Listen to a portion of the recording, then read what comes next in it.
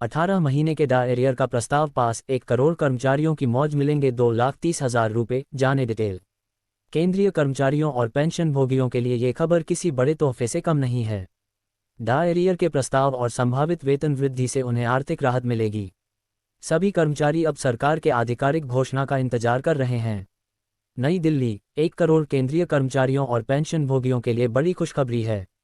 लंबे समय से प्रतीक्षित 18 महीने के महंगाई भत्ते के एरियर का प्रस्ताव आखिरकार सरकार के सामने रखा गया है। कोविड-19 महामारी के चलते जनवरी 2020 से जून 2021 तक रोके गए और डॉक्टर का भुगतान अब संभव हो सकता है।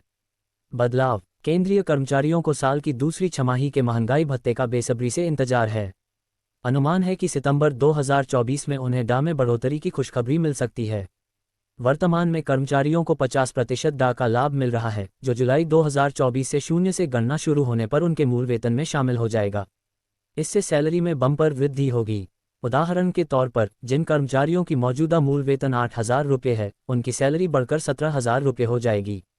राज्य सरकारों की पहल, कुछ राज्यों ने अपने कर्मचारियों के लिए भत्तों की घोषणा की है।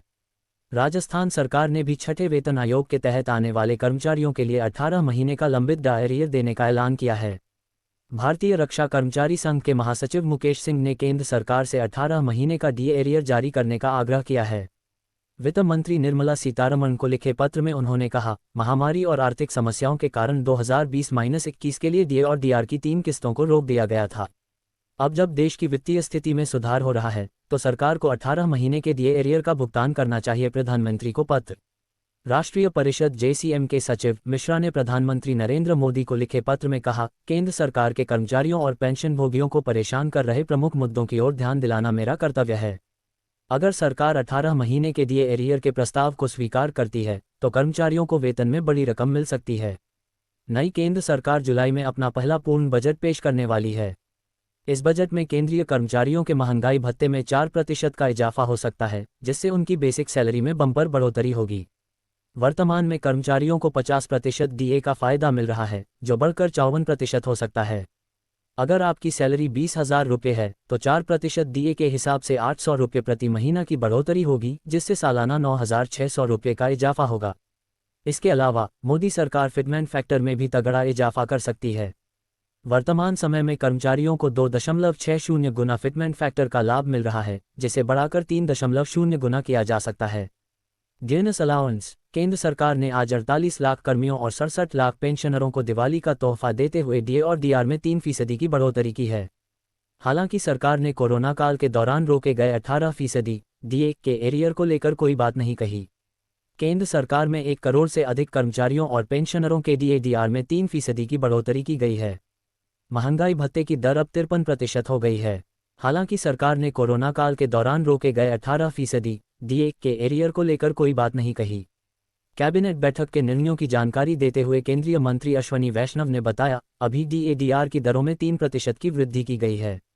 पिछले साल राष्ट्रीय परिषद जेसीएम स्टाफ साइड की बैठक में अखिल भारतीय रक्षा कर्मचारी महासंघ एआईडीएफ के महासचिव सी श्री कुमार ने यह मुद्दा उठाया था। स्टाफ साइड का प्रतिनिधित्व करते हुए श्री कुमार ने डीओपीटी के सचिव पीठ से आग्रह किया था कि 18 माह के डीए का एरियर कर्मियों का हक है। कर्मियों व पेंशनरों को डीए डीआर का एरियर जारी किया जाए। कोरोना काल में केंद्र सरकार ने कर्मचारियों का उपभुगतान रोककर 34,402.32 करोड़ रुपये बचा लिए थे। भारत पेंशनर समाज के महासचिव एससी महेश्वरी और confederation of central government employees and workers के महासचिव एसबी यादव ने भी सरकार से कोरोना काल के दौरान रोके गए 18 माह के डीए का एरियर जारी करने की मांग की थी। वित्त मंत्रालय को दिया गया था प्रतिवेदन। डीए के एरियर का मुद्दा पहले भी कई बार उठाया जा चुका है।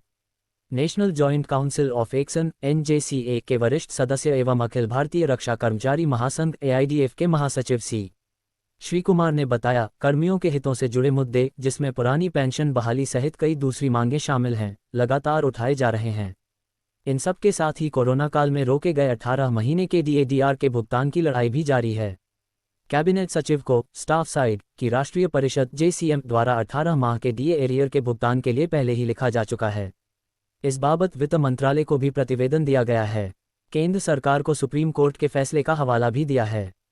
केंद्र सरकार की ओर से दी गई ये दलील, केंद्र सरकार के कर्मचारी और पेंशनर्स कोरोना काल में रोके गए 18 महीने के डीए एरियर के भुगतान को लेकर लंबे समय से मांग कर रहे हैं।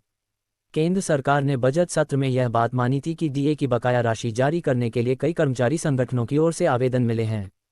हालांकि सरकार ने इस संबंध में कोई ठोस भरोसा देने की बजाय साफ तौर से कह दिया कि मौजूदा परिस्थितियों में डीए के एरियर को जारी करना व्यावहारिक नहीं है। मतलब, केंद्र सरकार अपने कर्मचारियों को 34,000 करोड़ रुपये से अधिक की डीएडीआर राशि का भुगतान नहीं करेगी। बजट सत्र के दौरान वित्त राज्य मंत्री पंकज चौधरी ने कहा था, अभी भी केंद्र सरकार का राजकोषीय घाटा एफआरबीएम अधिनियम में दर्शाए स्तर से 2 गुने से अधिक चल रहा है। ऐसे में डीएडीआर का एरियर देना संभव नहीं है। श्री कुमार बताते हैं, सुप्रीम कोर्ट का फैसला है कि ऐसे मामलों में कर्मचारी को 6% ब्याज के साथ उसका भुगतान करना होता है। कोरोना काल में रोका गया था डीए का भुगतान। केंद्र सरकार ने कोरोना काल के दौरान जनवरी 2020 से जून 2021 तक 18 महीने का महंगाई भत्ते और महंगाई राहत की 3 किस्तें रोक ली थी। उस वक्त सरकार ने आर्थिक स्थिति ठीक नहीं होने की बात कही थी।